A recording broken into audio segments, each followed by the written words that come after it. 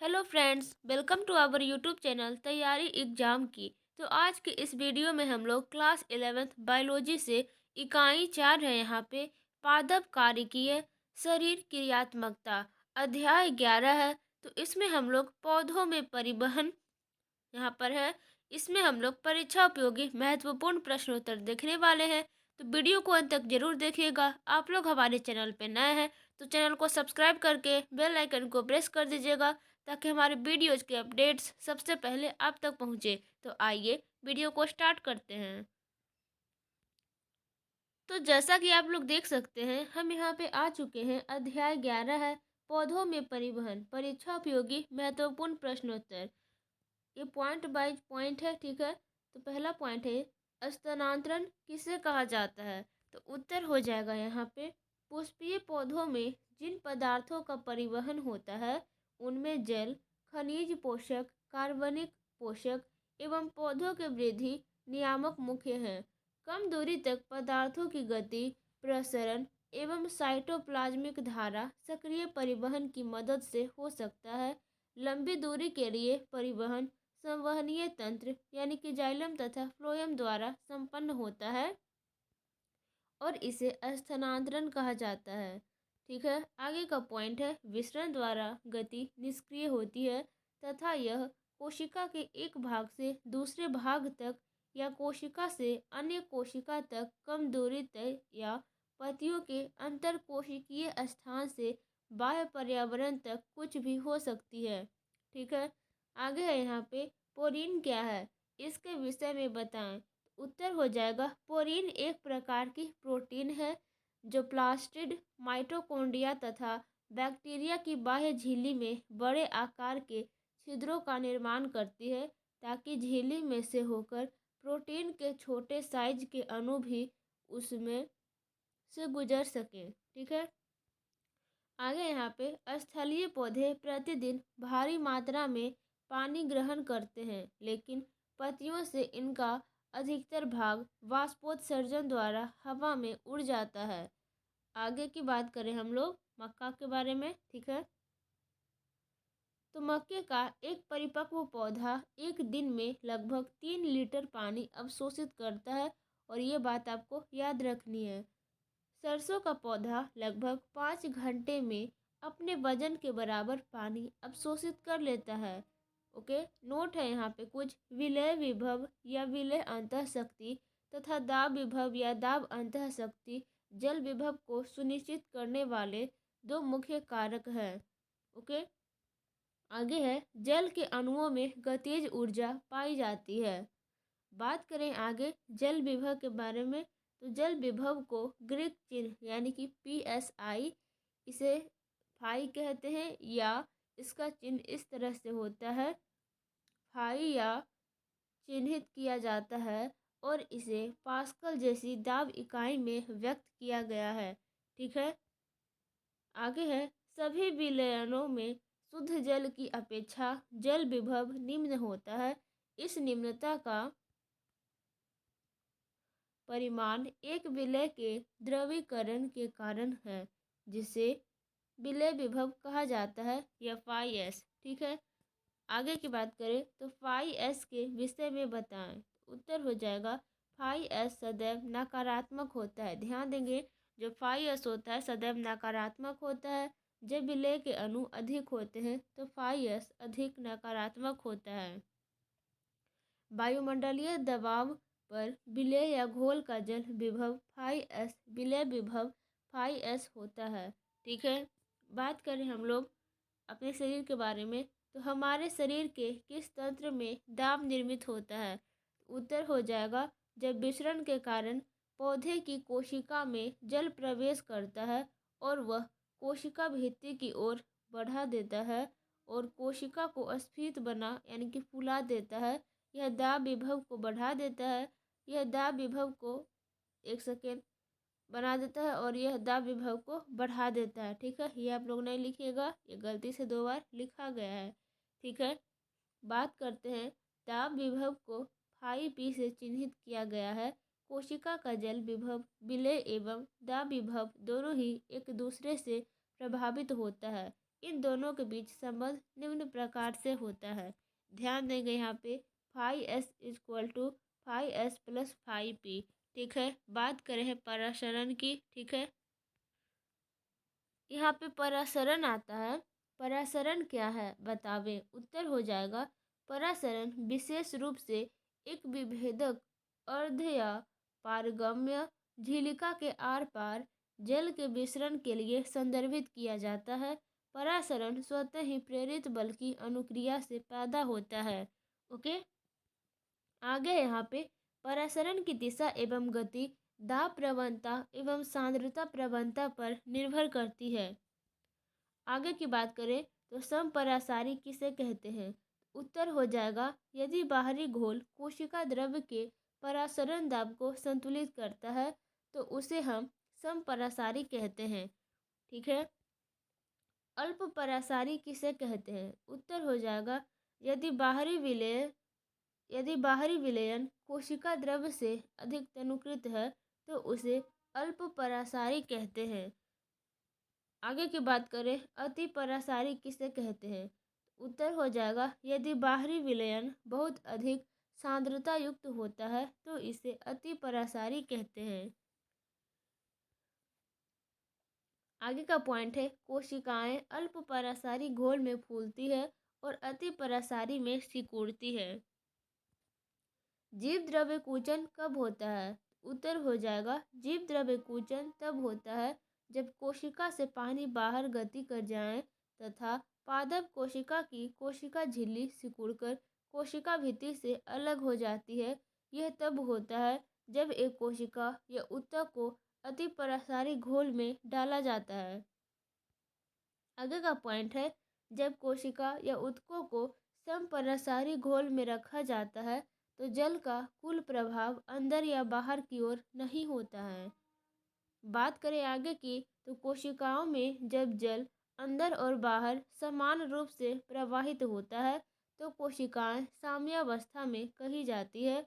तब कोशिका को ढीला यानी कि फ्लोसिड कहा जाता है। बात करें स्फीति दाब किसे कहते हैं तो उत्तर हो जाएगा जब कोशिकाओं को अल्प परासारी घोल यानी कि उच्च जल विभव या जीव द्रव्य की तुलना में तनुकृत विलय में रखा जाता है तो कोशिका में जल विस्तृत होता है और जीव द्रव्य को भित्ति के विरुद्ध दबाव बनाने का कारण बनता है जिसे स्फीति दाब कहा जाता है। ठीक है, बात करें दाब विभव किसे कहते हैं। उत्तर हो जाएगा पानी घुसने के कारण जीव द्रव्य द्वारा प्रकट किए गए कठोर भित्ति के विपरीत दाब को दाब विभव या बाई पी कहते हैं। ठीक है, आगे है अंतः शोषण एक विशेष प्रकार का विसरण है। आगे का पॉइंट है सामूहिक या थोक प्रवाह में पदार्थों का एक स्थान से दूसरे स्थान तक परिवहन दो बिंदुओं के बीच दाब की भिन्नता के परिणाम स्वरूप होता है। आगे यहाँ पे सामूहिक प्रवाह की यह विशिष्टता है कि पदार्थ चाहे घोल हो या निलंबन नदी के प्रवाह की तरह ही बहता है। ठीक है, आगे यहाँ पे एपोप्लास्ट निकटवर्ती कोशिका भित्ति का तंत्र है। जड़ों के अंतस त्वचा में मौजूद कैस्पेरी पट्टी को छोड़कर पूरे पौधों में फैला रहता है।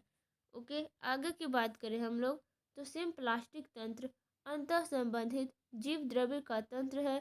पड़ोसी कोशिकाएं कोशिका लड़ी से जुड़ी होती है जो कि जीव द्रव्य तंतु एक विस्तृत रूप से फैली रहती है।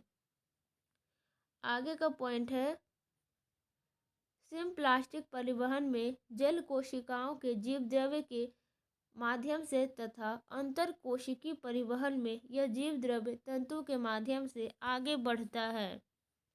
आगे की बात करें तो बलकूट की आंतरिक सीमा अंतः त्वचा पानी के लिए अप्रवेश्य होती है। ऐसा सुबेरिन में मैट्रिक्स के कारण होता है जिसे कैस्पेरी पट्टी कहा जाता है। पानी का अणु परत को भेदने के असमर्थ होता है। ठीक है, यहाँ पे पानी का अणु परत को भेदने के असमर्थ होता है अतः इन्हें असुबेरिनियम कोशिका भित्ति क्षेत्र की ओर पुनः झिलिका के माध्यम से कोशिका के अंदर भेजा जाता है। ठीक है, बात करें आगे की, ये बहुत महत्वपूर्ण है। माइकोराइजा क्या है बताएं, तो उत्तर हो जाएगा कुछ पौधों में अतिरिक्त संरचनाएं जुड़ी होती है जो उन्हें जल एवं खनिजों के अवशोषण में मदद करती है।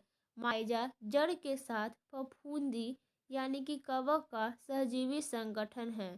ठीक है, यहाँ से आंसर हो गया माइकोराइजा जड़ के साथ फफूंदी यानी कि कवक का सहजीवी संगठन है। ओके, बात करें हम लोग मूल दाब किसे कहते हैं, तो उत्तर हो जाएगा जैसे कि मृदा के विभिन्न आयन सक्रियता के साथ जड़ों के संवहनी ऊतकों में परिवहनित होते हैं, तो जल भी इसी प्रक्रिया का अनुसरण अपनी विभव प्रवणता से करता है तथा जाइलम के अंदर दाब बढ़ाता है।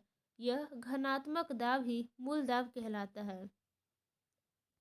आगे की बात करें बिंदु स्राव यानी कि गटेशन किसे कहते हैं, उत्तर हो जाएगा जब वाष्पीकरण की प्रक्रिया कम होती है और अतिरिक्त पानी घास के तिनकों की नोक पर विशेष छिद्रों से स्रावित जल बूंदों के रूप में लटकने लगता है। इस प्रकार द्रव्य के रूप में पानी का क्षय बिंदु स्राव यानी कि गटेशन कहलाता है। आगे की बात करें तो शोधकर्ता सहमत है कि पौधों द्वारा पानी मुख्यतः खींचा जाता है और इसकी संचालन शक्ति पत्तियों में वाष्पोत्सर्जन की प्रक्रिया का परिणाम है। इसे जल परिवहन का संयोजन तनाव वाष्पोत्सर्जन खिंचाव मॉडल के रूप में प्रस्तुत किया जाता है। आगे की बात करें तो वाष्पोत्सर्जन किसे कहते हैं, उत्तर हो जाएगा पानी की अधिकतर मात्रा पत्तियों से रंध्र द्वारा उड़ा दी जाती है। जल की यही क्षति वाष्पोत्सर्जन कहलाती है। वाष्पोत्सर्जन पौधों द्वारा जल का वाष्प के रूप में परिवर्तन तथा इससे उत्पन्न क्षति है। मुख्यतः यह पत्तियों में पाए जाने वाले रंध्रों से होता है। ठीक है, आगे है रंध्र का बंद होना और खुलना रक्षक कोशिकाओं के अस्फीति यानी कि टर्गर में बदलाव से होता है। प्रत्येक रक्षक कोशिका की आंतरिक भित्ति रंध्र छिद्र की तरफ काफ़ी मोटी एवं तन्यतापूर्ण होती है। आगे की बात करें तो यहाँ पे आप लोग देख सकते हैं जाइलम रस का वाष्पोत्सर्जित रूप से ऊपर चढ़ना मुख्य रूप से पानी के निम्न भौतिक गुणों पर निर्भर करता है। अब हम लोग सासंजन आसंजन और पृष्ठ तनाव की बात करते हैं। तो सासंजन जल के अणुओं के बीच आपसी आकर्षण है और आसंजन जल अणुओं का ध्रुवीय सतह की ओर आकर्षण जैसे कि वाहिकीय तत्वों की सतह है। पृष्ठ तनाव की बात करें तो पानी के अणु का द्रव अवस्था में गैसीय अवस्था की अपेक्षा एक दूसरे से अधिक आकर्षित होना पृष्ठ तनाव कहलाता है। पानी की यह विशिष्टताएं उसे उच्च तन्य सामर्थ्य प्रदान करती है, जैसे एक कोशिकात्व खिंचाव शक्ति से प्रतिरोध की क्षमता तथा उच्च कोशिकात्व अर्थात किसी पतली नलिका में चढ़ने की क्षमता। पौधों में कोशिकात्व को लघु व्यास वाले वाहिकीय तत्व जैसे ट्रैकिड एवं वाहिका तत्व से भी सहायता मिलती है। आगे यहाँ पे अधिकतर खनिज जड़ों में बाह्य त्वचा की कोशिकाओं की कोशिका द्रव्य में सक्रिय अवशोषण के द्वारा प्रवेश करते हैं। इसमें एटीपी के रूप में ऊर्जा की आवश्यकता होती है। आगे की बात करें तो पादपों पर नई कलियां कुंड का काम करती है। प्रकाश संश्लेषण साधनों की वृद्धि एवं परिवर्धन हेतु ऊर्जा की आवश्यकता होती है। चूँकि स्रोत और कुंड का संबंध परिवर्तनशील है, अतः गति की दिशा ऊपर या नीचे की ओर अर्थात दो तरफा हो सकती है। ठीक है, आगे की बात करें हम लोग तो वाष्पोत्सर्जन का जल एक तरफा प्रवाह करता है, किंतु फ्लोएम के रस में भोजन का परिवहन सभी दिशाओं में हो सकता है जब तक स्रोत और कुंड शर्करा का उपयोग संग्रहण तथा आपादान में सक्षम हो। ठीक है, आगे की बात करें तो फ्लोएम रस में मुख्यतः जल और शर्करा होता है, लेकिन अन्य शर्कराएं हार्मोन तथा इम्यूनो अम्ल आदि भी फ्लोएम के द्वारा स्थानांतरित होते हैं। ओके, आगे की बात करें हम लोग तो फ्लोएम ऊतक सीव यानी सीव ट्यूब कोशिकाओं यानी कि चाली नलिका कोशिका से बना होता है जो लंबी स्तंभ की रचना करता है जिसके अंतिम भित्ति में छिद्र होता है जिन्हें चाली पट्टिका कहते हैं। बात करें आगे की हम लोग तो एक साधारण प्रयोग जिसे गिरडलिंग कहा जाता है उसका प्रयोग भोजन के परिवहन में होने वाले ऊतकों को पहचानने में किया जाता है। वीडियो को यहीं पे एंड करते हैं। अच्छा लगा होगा तो लाइक सब्सक्राइब एंड शेयर जरूर कीजिएगा। मिलते हैं अगले वीडियो में। Thank you so much. अगर आप लोग टेलीग्राम चैनल तैयारी एग्जाम की 11th ग्रुप ज्वाइन नहीं किए हैं तो हाँ आप लोग ज्वाइन कर लीजिए। वहाँ पे आपको PDF वीडियो लिंक मिल जाएगा। Okay, thank you.